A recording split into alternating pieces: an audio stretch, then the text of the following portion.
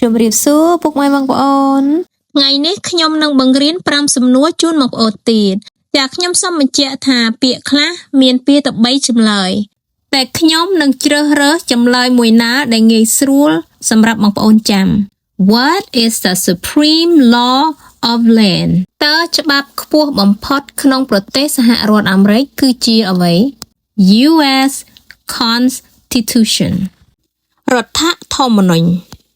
How many amendments does the U.S. Constitution have? តើរដ្ឋធម្មនុញ្ញសហរដ្ឋអាមេរិកមានការកែប្រែប៉ុន្មាន27 Name one power of the U.S. Congress. សូមប្រាប់ឈ្មោះអំណាចមួយរបស់សភាសហរដ្ឋអាមេរិក Writes laws. សរសេរច្បាប់What is the name of the Vice President of the United States now?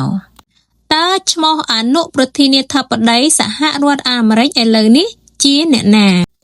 Vance. The President of the United States is elected for how many years? តើ President សហរដ្ឋអាមេរិកត្រូវបានជ្រើសរើសសម្រាប់រយៈពេលប៉ុន្មានឆ្នាំ 4 years. 4 ឆ្នាំចាអរគុណកុំភ្លេចជួយ follow like និង share វីដេអូនាងខ្ញុំផង